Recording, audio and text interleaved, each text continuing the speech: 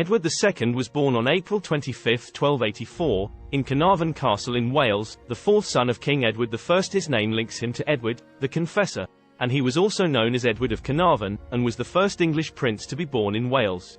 As a child, Edward was educated in the ways of chivalry, hunting, and warfare, and showed a great interest in these pursuits. In 1307, he succeeded his father as King of England, and was crowned at Westminster Abbey. Edward was initially well liked by his subjects, who saw him as a handsome and charismatic young king.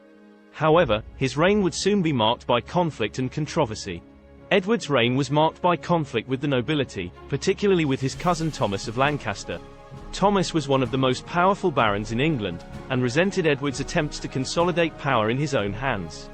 He was one of the leaders of the opposition to Edward's favourite, Piers Gaveston, and played a key role in Gaveston's downfall.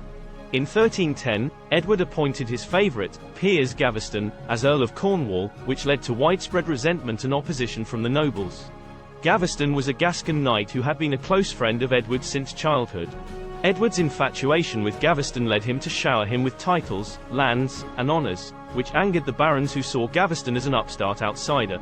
Edward's marriage to Isabella of France in 1308, when she was only 12, was politically motivated, and the couple had a strained relationship.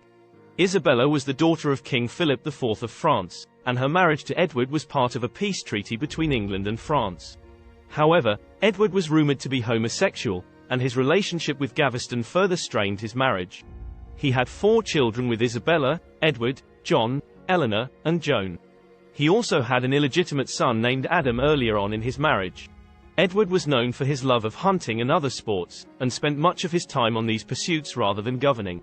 He was also interested in architecture and commissioned the construction of several buildings, including the Great Hall at Windsor Castle. The conflict with the nobles came to a head in 1312, when they captured and executed Gaveston. Edward was devastated by Gaveston's death, and swore revenge on his enemies. Edward's attempts to regain control of the government were unsuccessful, and he was forced to agree to the ordinances of 1311, which curtailed his power. The ordinances were a set of laws passed by a council of barons that limited the king's authority and established a system of checks and balances.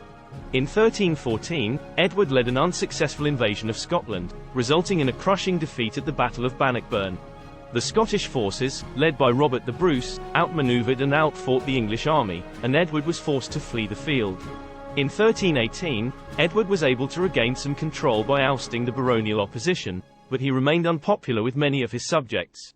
He continued to rely on favourites, including Hugh Despenser, who became even more hated than Gaveston had been. Edward's relationship with his wife continued to deteriorate, and she became involved in a plot to depose him. Isabella travelled to France in 1325 ostensibly to negotiate a treaty, but instead formed an alliance with Roger Mortimer, an English exile, and began planning an invasion of England.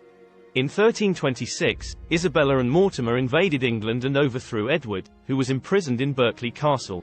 The king's army refused to fight for him, and many of his former allies joined the rebels.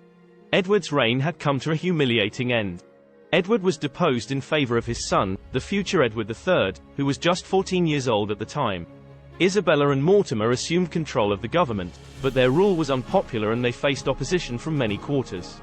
In 1327, a group of barons, led by Henry of Lancaster, rose up against Isabella and Mortimer and demanded the return of Edward II to the throne.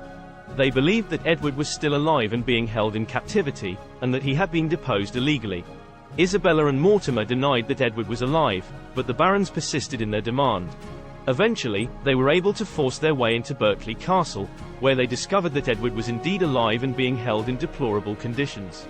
Edward was taken to Kenilworth Castle, where he was reunited with his wife and son. However, his joy was short-lived, as Mortimer soon had him removed to Berkeley Castle once again.